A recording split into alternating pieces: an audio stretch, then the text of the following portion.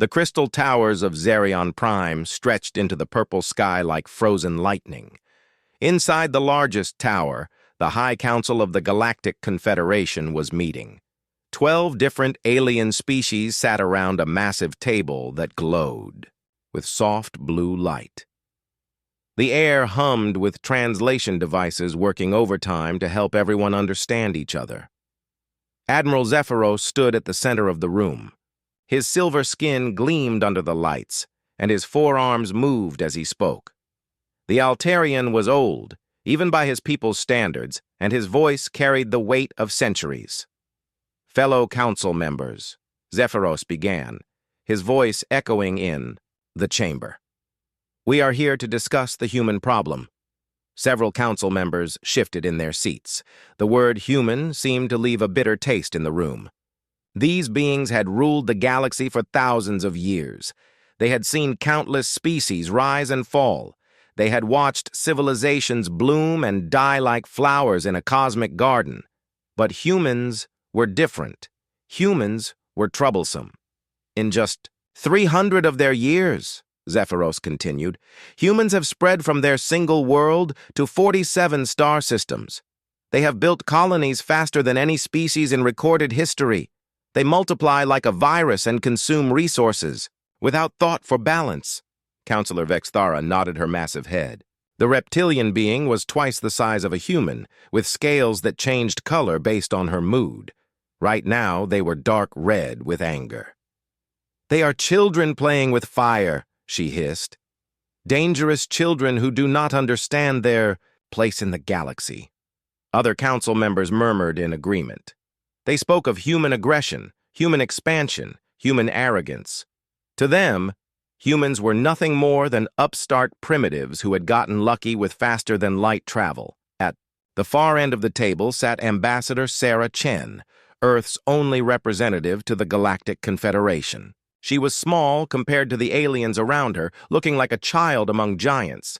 Her dark hair was streaked with gray from years of stress, and her hands shook slightly as she listened to the accusations against her species.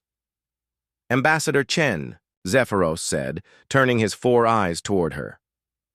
"Your people have had ample time to learn galactic law and custom. Yet they continue to expand aggressively.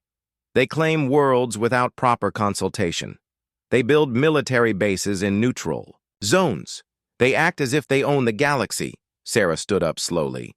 Her voice was steady, but inside she felt sick. She had seen this before with other species. The council would debate, then they would vote, then they would act. It never ended well for the species being discussed. "Honorable council members," Sarah began, using the formal greeting she had learned years ago.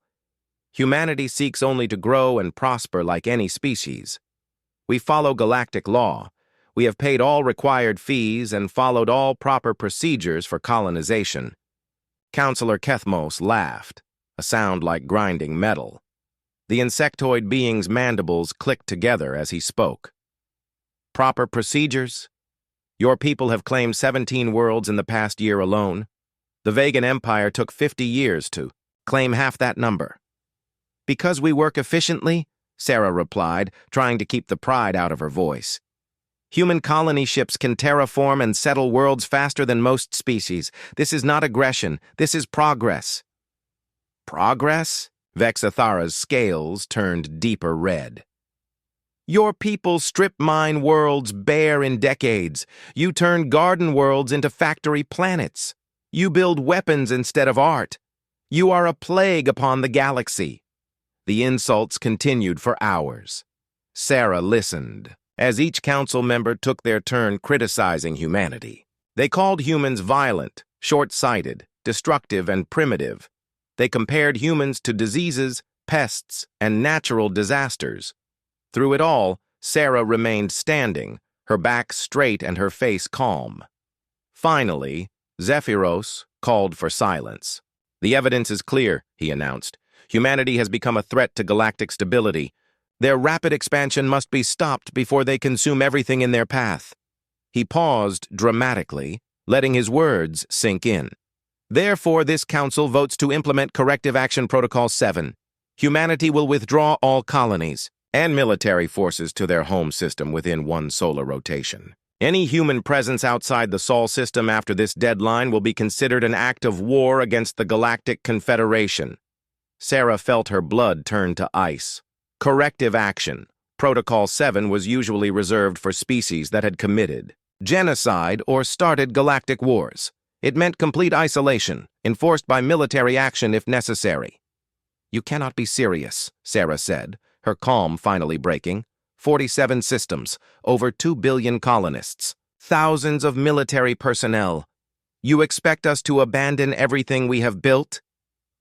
Your people should have thought of that before they became a galactic menace, Vexithara replied coldly. Perhaps isolation will teach humans humility.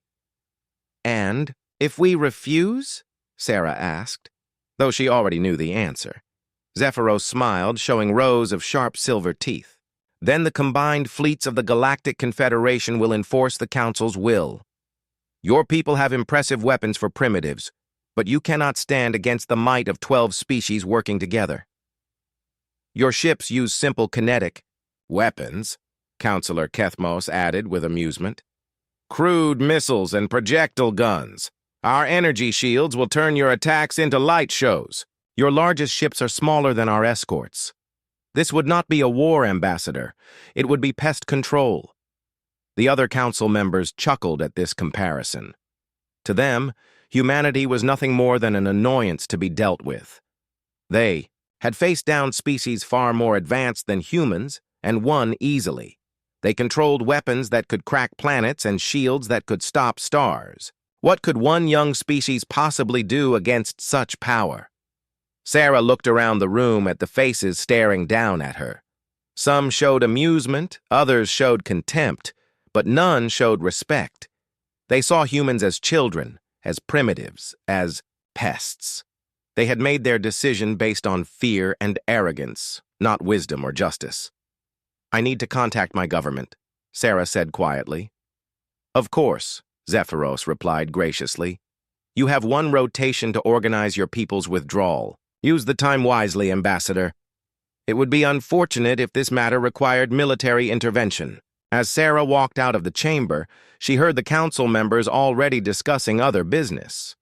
To them, the human problem was solved. They would give humanity a chance to leave quietly, and if humans refused, they would be removed by force. It was simple, clean, and final. But as Sarah reached her ship and began composing her message to Earth, she wondered if the Council truly understood what they had just done.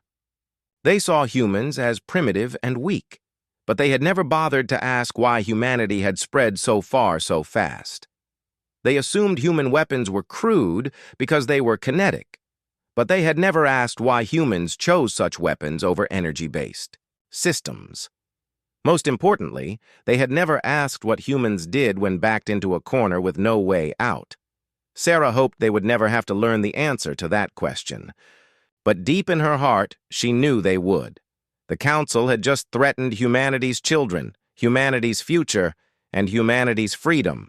They were about to discover that threatening a human's family was the worst mistake anyone could make.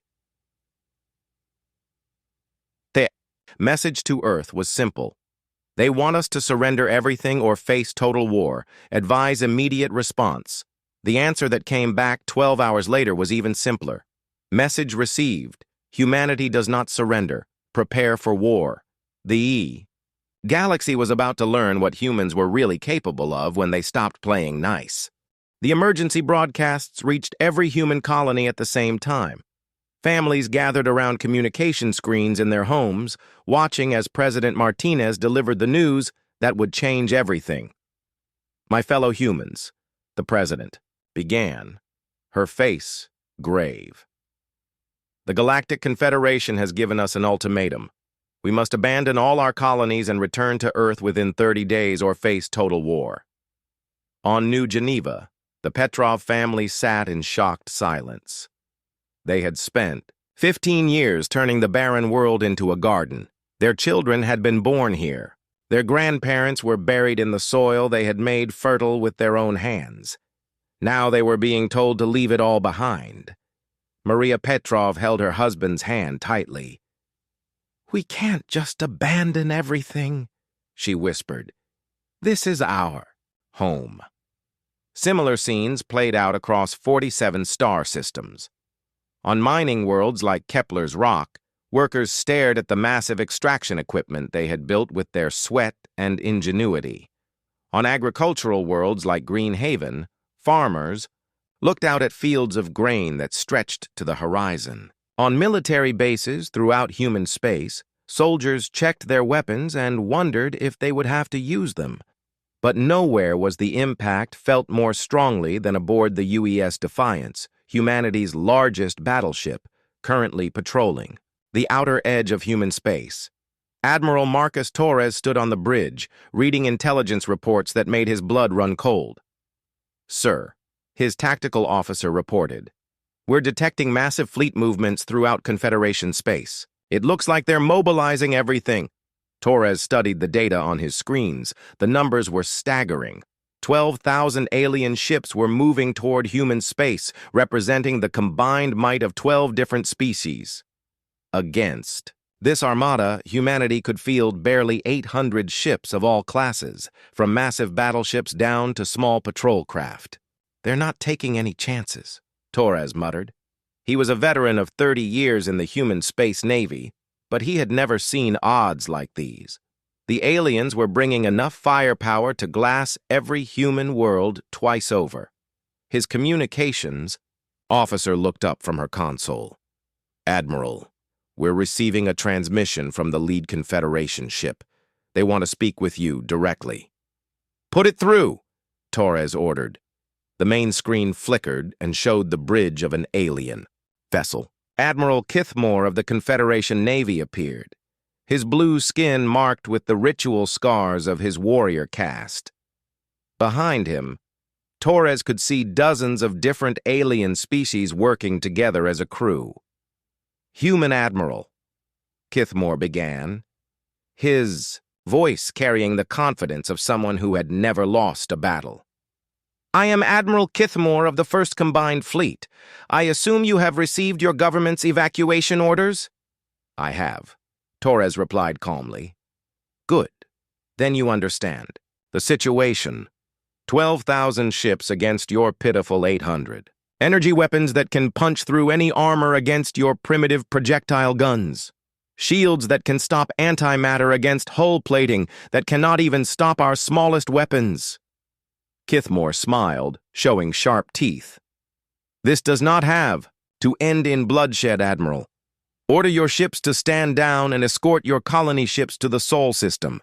We will allow safe passage." Torres looked at the alien commander for a long moment. He thought about the families on New Geneva, the farmers on Green Haven, the miners on Kepler's Rock. He thought about the generations of humans who had worked and died to build something among the stars.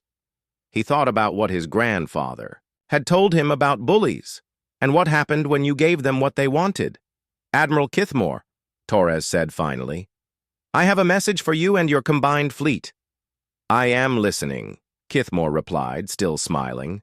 "Humanity does not yield." The alien's smile faltered. "I do not think you understand the situation, human. Your species is outnumbered 15 to 1. Your technology is inferior. Your ships are smaller. Your weapons are weaker. This is not a battle you can win." "You're right," Torres agreed. "On paper, this looks impossible. 12,000 ships with energy weapons and shields against 800 ships with kinetic weapons and armor. Any sane species would surrender immediately." "Then, you will order your ships to stand down?" Torres smiled grimly. "The thing is, Admiral, humans aren't particularly sane. We're the species that looked at a planet covered in poisonous atmosphere and decided to live there anyway. We're the species that built cities on fault lines and in hurricane zones because we like the view. We're the species that went to war with each other for thousands of years just to figure out who was best at fighting." Kithmore's expression grew uncertain. "What are you saying, human?" "I'm saying you've made a mistake, Admiral. You think this is about technology or numbers or superior firepower, but that's not what war is really about. War is about will. War is about determination. War is about who wants to win more than they want to live. Torres leaned forward, his eyes hard as steel. You want us to abandon our homes, our families, our future. You want us to give up everything we've built and crawl back to one small world like beaten dogs. You think we'll do this because you have bigger guns. You will do this because you have no choice. Kithmore snapped, his composure cracking. There's always a choice, Torres replied. And humanity chooses to fight. The communication cut off, leaving Torres alone with his thoughts and his crew. Around him, officers went about their duties with the calm efficiency that came from years of training. But Torres could see the questions in their eyes, the doubt that came from looking at impossible odds. His tactical officer approached hesitantly. Sir, the fleet movement suggests they'll be in position to begin their attack in 18 hours. Should we begin evacuation procedures for the civilian colonies? Torres shook his head. Negative.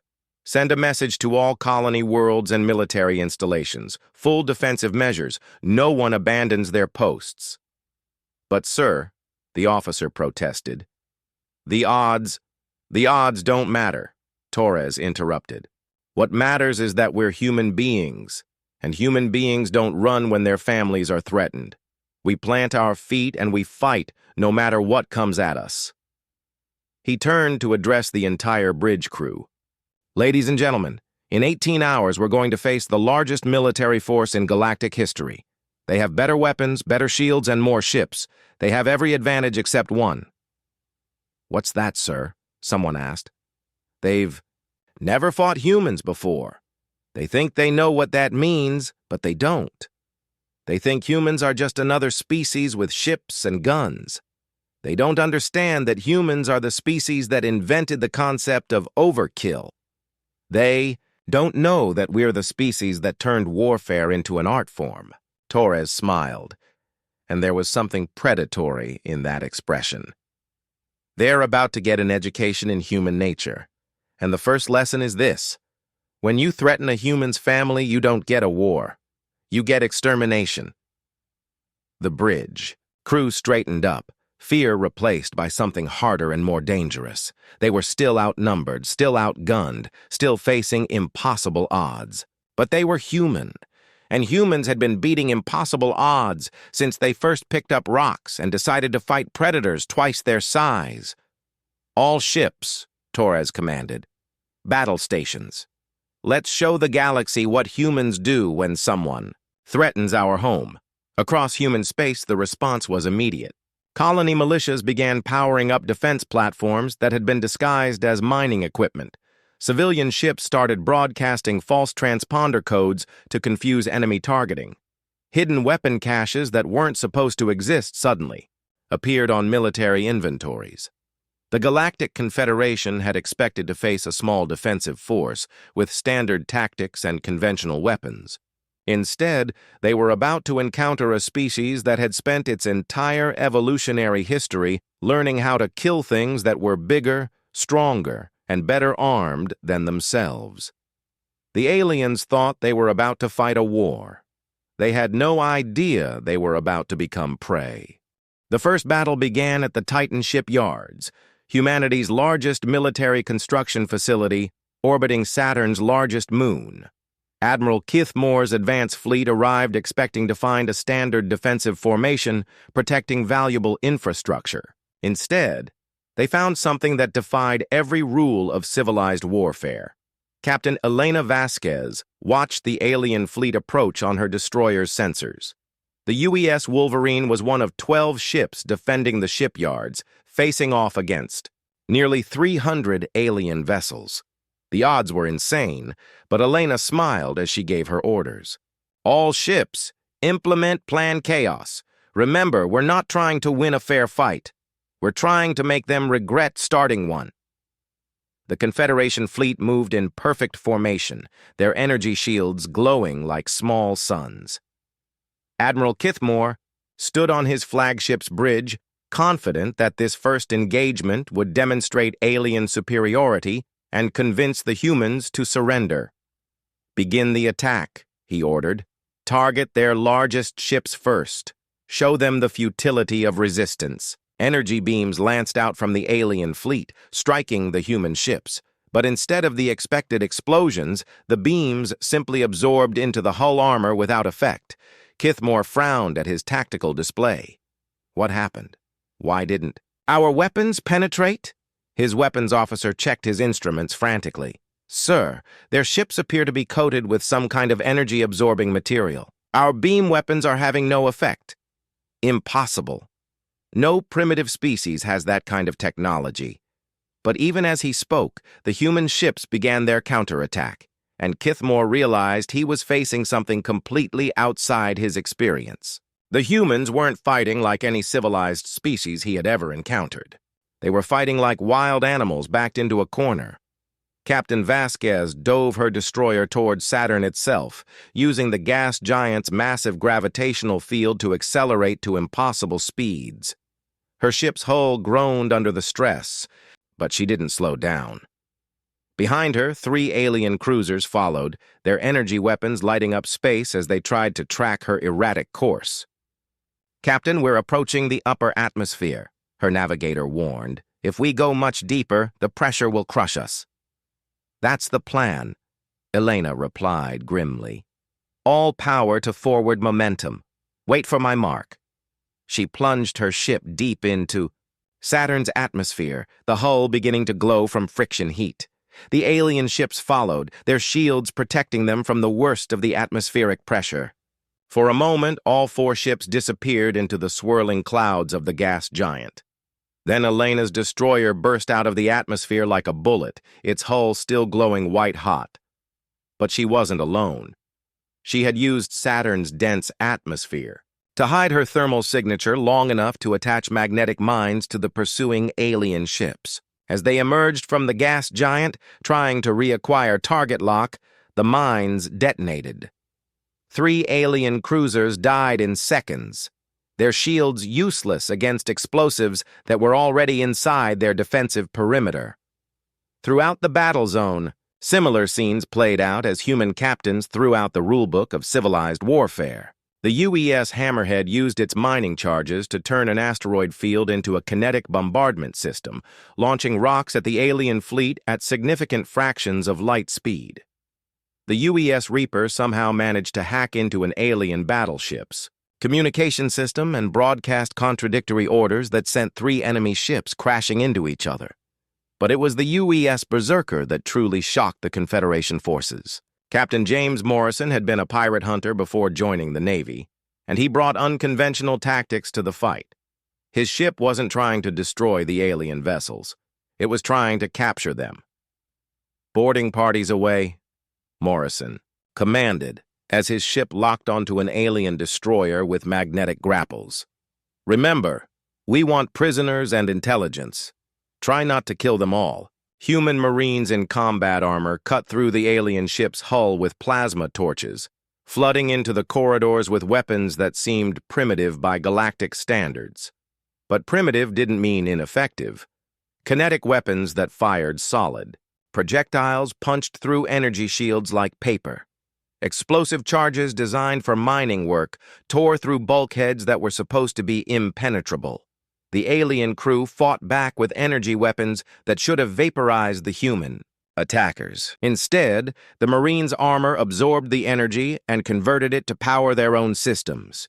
The aliens found themselves fighting enemies who grew stronger every time they were shot. Within minutes, the alien destroyer was in human hands, its crew captured and its computers being downloaded by human intelligence specialists. Captain Morrison immediately turned the captured ship's weapons on its former allies, broadcasting taunting messages in broken alien languages. Admiral Kithmore watched his perfect formation dissolve into chaos as human ships appeared and disappeared throughout the battle zone. They used tactics that made no sense, weapons that shouldn't work, and strategies that seemed designed by madmen. "Sir," his tactical officer reported, "we've lost 47 ships. The humans have lost 3. How is that possible?" Kithmore demanded. "They're primitives with inferior technology." "They're not fighting like primitives, sir. They're using the environment as a weapon. They're turning our own ships against us. They're treating this like some kind of game where the rules don't matter. On his screen, Kithmore watched a human frigate ram one of his heavy cruisers at full speed. The human ship was destroyed instantly, but it had loaded itself with nuclear weapons before impact. The explosion took out 2 other alien ships and damaged 3 more. The human crew had sacrificed themselves to achieve a tactical advantage that shouldn't have been possible. "They're insane," Kithmore whispered, but even as he said it, he realized it wasn't insanity. It was something worse. It was calculated madness, the kind that came from a species that had evolved through constant warfare. These humans weren't just fighting to win. They were fighting to make their enemies afraid to fight them ever again. The battle reached its climax when Captain Vasquez led a squadron of human ships in a maneuver that violated several laws of physics and at least 3 interstellar treaties. Using the Titan shipyard's construction equipment, they had built a massive magnetic accelerator in the middle of the battle. As the alien fleet regrouped for another attack, the humans fired a solid titanium rod through their formation at 90% of light speed. The rod was only 2 meters long and 10 centimeters wide, but at that velocity it carried the destructive force of a small star going supernova. It punched through 17 alien ships before its energy dissipated, leaving a trail of wreckage that stretched across half the solar system. Admiral Kithmore stared at the destruction in shock. His fleet had been reduced from 300 ships to less than 50 in the span of 6 hours. The humans had lost 12 ships total, and they were already salvaging parts from the alien wreckage to build new weapons. "Sir," his communications officer said quietly, "the humans are broadcasting a message to all our ships." "Put it through," Kithmore ordered. Captain Vasquez appeared on the screen, her face streaked with sweat and her uniform torn from battle. Behind her, human crewmen were cheering and celebrating their impossible victory. "Confederation fleet," she said. "This is Captain Elena Vasquez of the Human Defense Force. You came here expecting to demonstrate your superiority over a primitive species. Instead, you've just learned the first rule of human warfare. We don't fight fair, we fight to win." She paused, letting her words sink in. "You still have 43 ships left. I suggest you use them to deliver a message to your High Council. Tell them that humanity has received their ultimatum and we have prepared our response. If they want a war, they'll get one. But it won't be the war they expect." "What does that mean?" Kithmore demanded. Elena smiled, and there was nothing friendly in that expression. "It means you've seen nothing yet, Admiral. This was just us being polite. Wait until you see what we do when we stop holding back." The transmission ended, leaving Kithmore alone with his shattered fleet and his growing realization that the Galactic Confederation had made a terrible mistake. They had threatened a species that didn't know how to surrender, didn't believe in fighting fair, and seemed to view impossible odds as a personal challenge. As his remaining ships retreated toward Confederation space, Kithmore wondered what other surprises the humans had prepared. He was beginning to suspect that this war would be nothing like what the High Council expected. He was right. This was only the beginning. The emergency session of the High Council convened in chaos. Battle reports flooded in from across the galaxy as the Confederation's simple police action turned into something none of them had imagined possible. The crystal chamber that had seemed so peaceful just days before now buzzed with panicked voices and flashing warning lights. Counselor Vexithera's scales had turned a sickly yellow color as she read the latest intelligence reports. Her voice shook as she addressed the assembly. "The first combined fleet has been destroyed. 300 ships reduced to 43 survivors in 6 hours. "Impossible," Counselor Kethmos clicked, his mandibles chattering with agitation. "Admiral Kithmore is our finest commander. His fleet had every technological advantage." "Had," Admiral Zephyros corrected grimly. According to his report, the humans were using tactics that defied every convention of civilized warfare. They turned mining equipment into weapons, used gravitational fields as slingshots, and somehow managed to hack our communication systems. On the main display, footage from the Battle of Titan played in horrifying detail. Council members watched in stunned silence as human ships performed maneuvers that should have killed their crews, used weapons that shouldn't have existed, and fought with a ferocity that seemed to border on insanity. "Look at this," Vexathera said, highlighting a section of the recording. One of their frigates deliberately rammed a heavy cruiser while loaded with nuclear weapons. The entire crew sacrificed themselves just to damage 3 of our ships. "Barbaric," someone whispered, but Admiral Zephyros was studying the tactical data with growing alarm. "No," he said slowly, "not barbaric. Brilliant. Look at the positioning. That ramming attack wasn't a desperate move. It was calculated. They used the explosion to blind our sensors long enough to move their main force into attack position." More reports arrived every few minutes, each one worse than the last. The Second Fleet had engaged human forces near the colony of New Geneva and lost 2/3 of its ships to something the humans called asteroid artillery.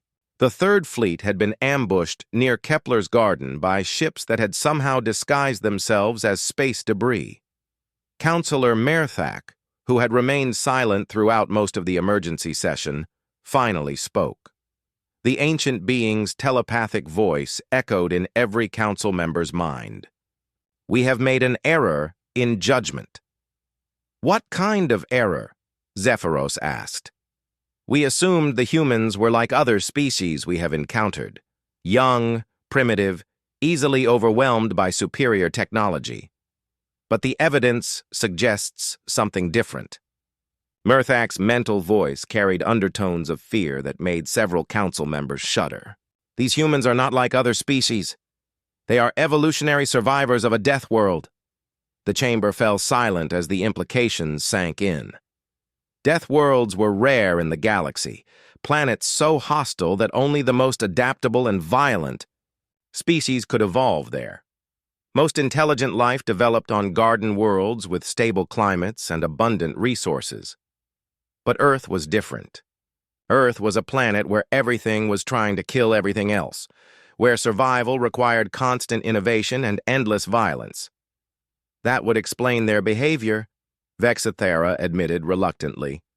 Species from death worlds develop different survival strategies.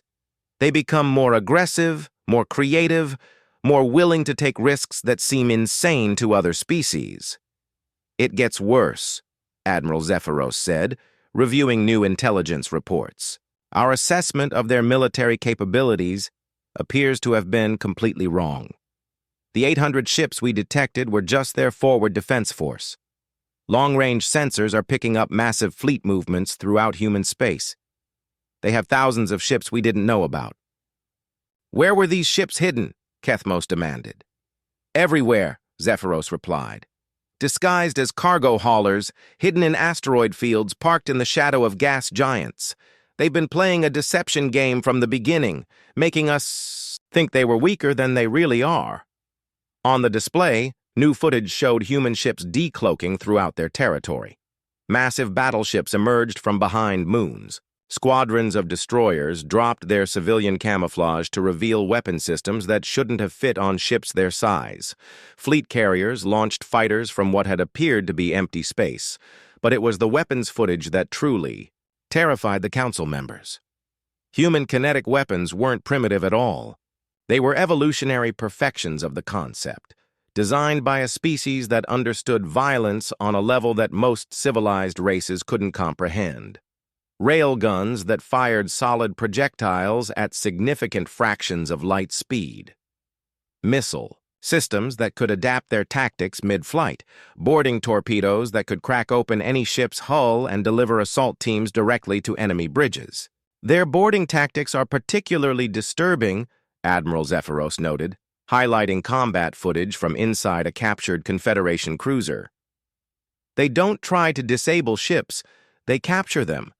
Their assault teams are equipped with weapons specifically designed to punch through energy shields and armor that converts our energy weapons into power for their own systems. The footage showed human Marines in powered armor moving through alien corridors like unstoppable juggernauts. Energy weapons that should have vaporized them instead made their armor glow brighter.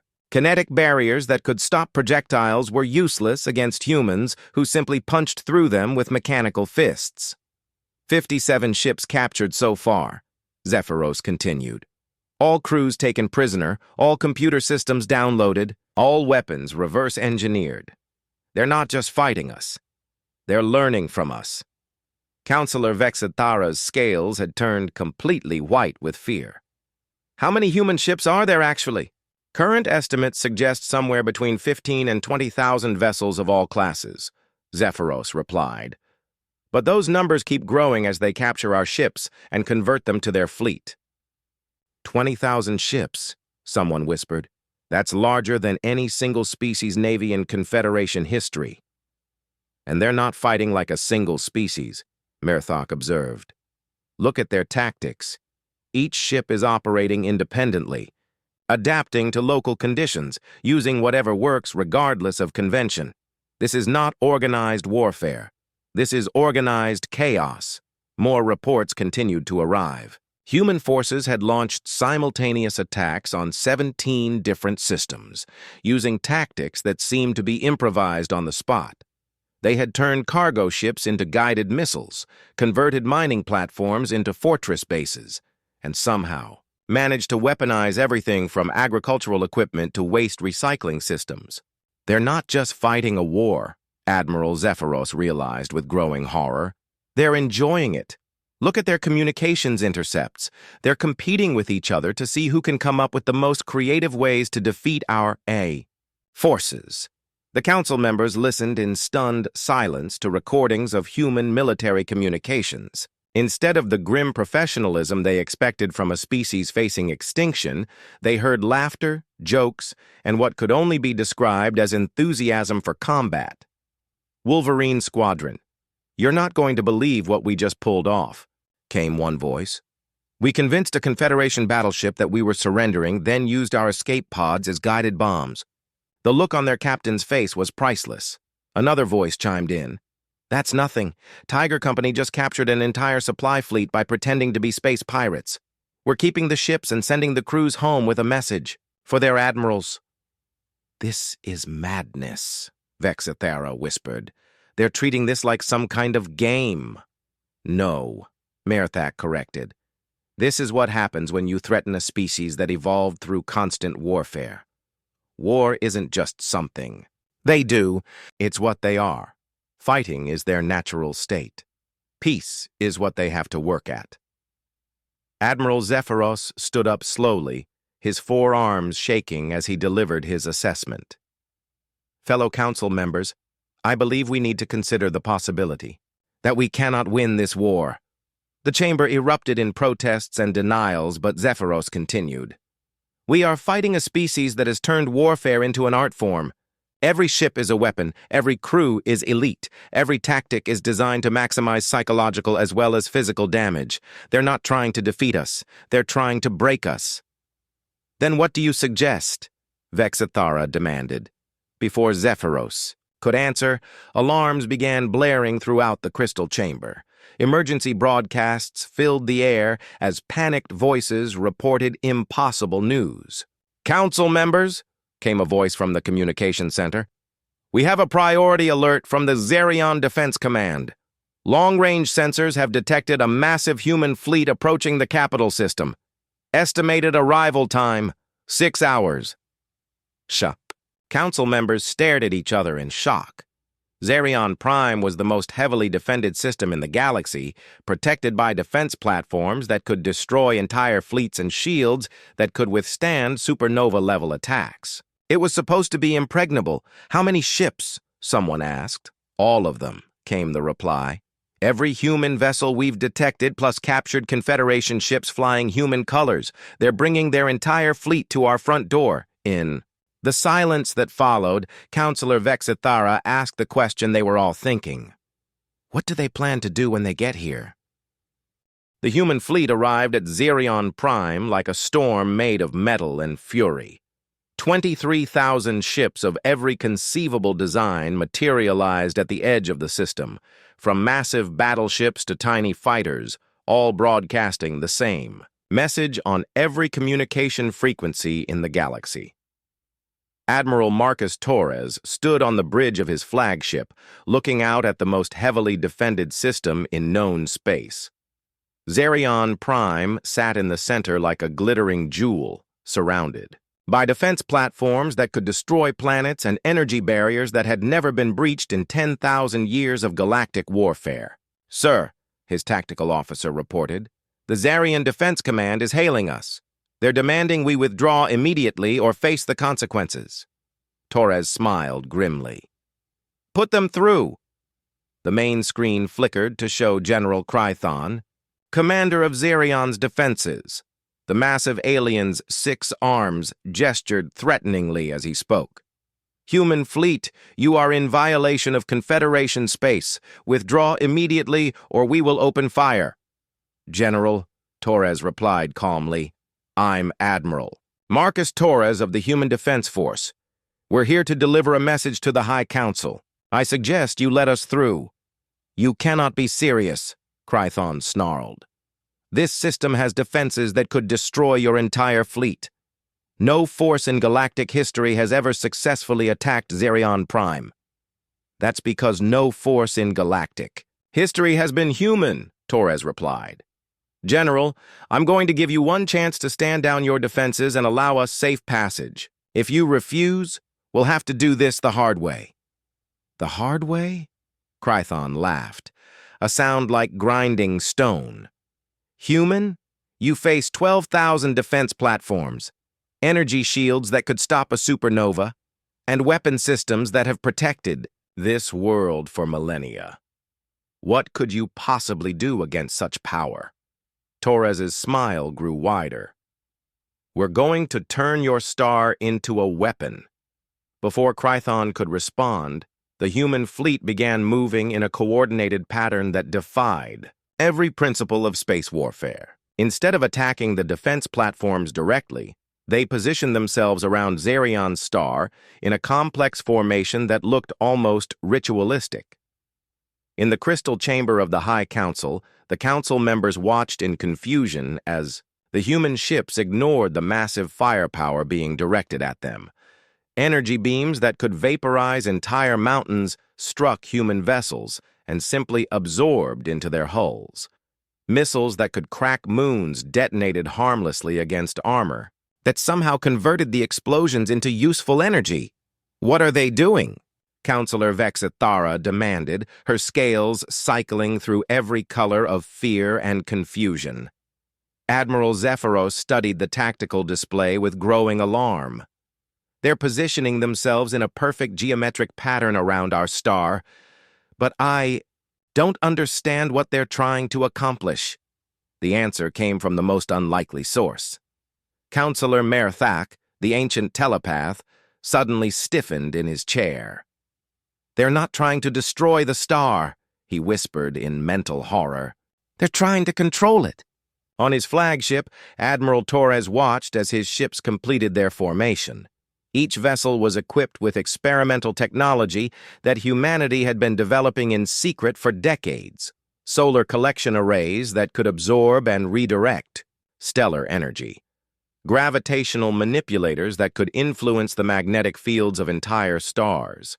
Quantum computers that could calculate the precise patterns needed to trigger specific types of solar activity. "All ships, report ready status," Torres commanded. One by one, his ship captains confirmed they were in position. The human fleet had arranged itself in a pattern that would have been impossible for any other species to achieve, requiring split-second timing and mathematical precision that pushed the limits of physics.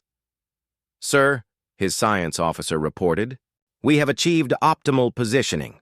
All solar collectors are online and synchronized. Gravitational manipulators are locked onto the star's magnetic field lines." Torres nodded. "Begin Operation Solar Flare." What happened next had never been attempted in the history of galactic civilization. The human fleet began working together as a single massive machine, using their ship's combined technology to manipulate the fundamental forces that drove Xerion's star. They triggered a controlled solar flare of unprecedented magnitude, directing its energy with surgical precision. The flare erupted from the star like a weapon of the gods, a stream of charged particles, and electromagnetic energy that could have sterilized entire worlds. But instead of destroying everything in its path, the flare was carefully shaped and directed by the human fleet's gravitational manipulators. Every electronic system on Xerion Prime went dark simultaneously. Defense platforms that had protected the world for millennia simply shut down as the electromagnetic pulse from the controlled solar flare overwhelmed their circuits. Energy shields that could stop supernovas flickered and died as their power sources were drained. Communication arrays, transportation networks, life support systems, everything that depended on advanced technology simply stopped working. But the human ships, their systems hardened against electromagnetic interference and powered by the very energy they had just unleashed, continued to function perfectly. General Krython stared at his dead control panels in shock. "Impossible," he whispered. "No species has that kind of control over stellar phenomena." "Humans do," came Admiral Torres's voice over an emergency communication system that somehow still worked, despite the electromagnetic chaos. "We're the species that learned to split atoms for fun, General? Did you really think we hadn't figured out how to play with stars?" In the High Council chamber, emergency lighting cast eerie shadows as the council members sat in stunned silence. Their perfect crystal city had been reduced to powerless ruins in a matter of minutes, and they were completely helpless to resist. The silence was broken by a sound that made everyone's blood run cold. Heavy footsteps echoed through the corridors. Outside the chamber, accompanied by the whir of mechanical servos and the hiss of powered armor. "Security teams to the council chamber," Vexithara whispered into her emergency communicator. "We have intruders." But the response that came back was not what she expected.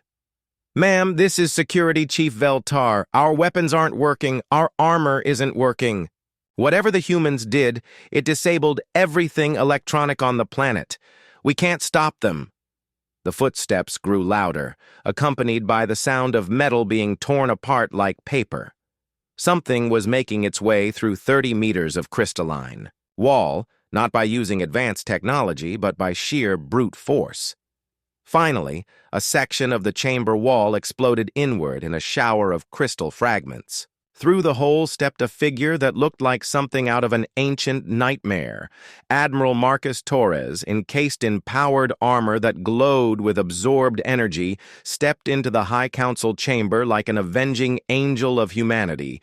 Behind him came a squad of human marines, their armor still functioning despite the electromagnetic pulse that had disabled everything else on the planet.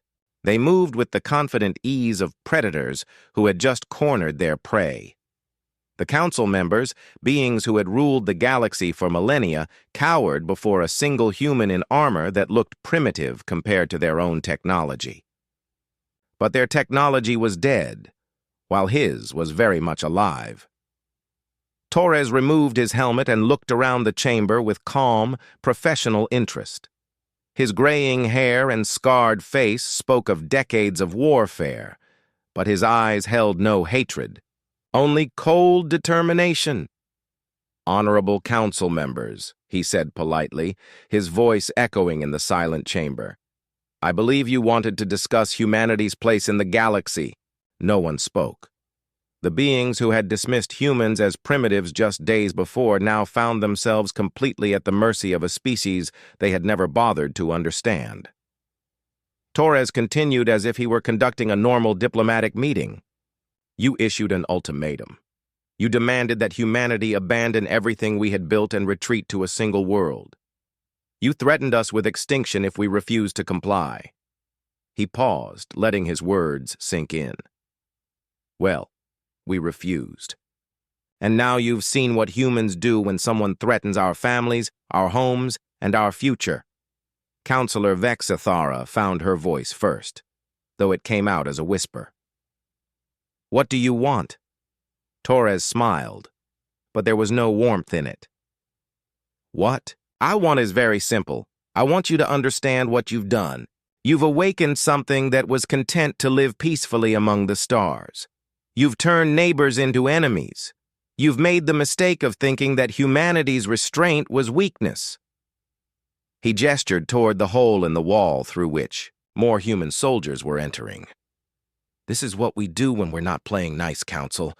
We don't just win wars, we redefine what war means. We don't just defeat our enemies. We make them understand that fighting us was the worst mistake they could possibly make." Admiral Zephyros spoke up, his forearms shaking with fear. "What are your terms for surrender?" "Surrender?" Torres laughed, a sound that made several council members flinch. "Council, you seem to be confused about who is surrendering to whom. You started this war. You brought fleets to destroy human worlds. You threatened genocide against an entire species."